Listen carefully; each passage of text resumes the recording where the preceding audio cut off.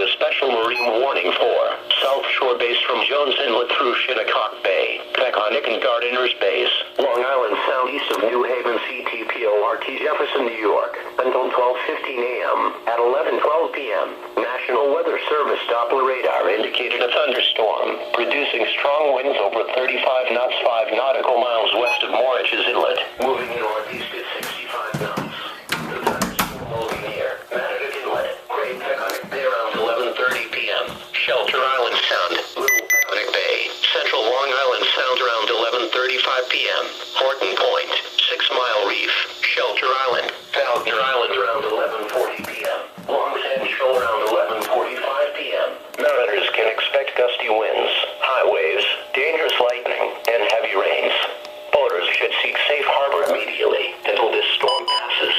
Repeating, a special marine warning has been issued until 12:15 a.m. Saturday for the following marine locations: Long Island South Shore base from Jones Inlet to Shinnecock Bay, New York; Long Island Sound east of New Haven, Connecticut to Port Jefferson, New York; and Peconic and Gardiner's Base, New York.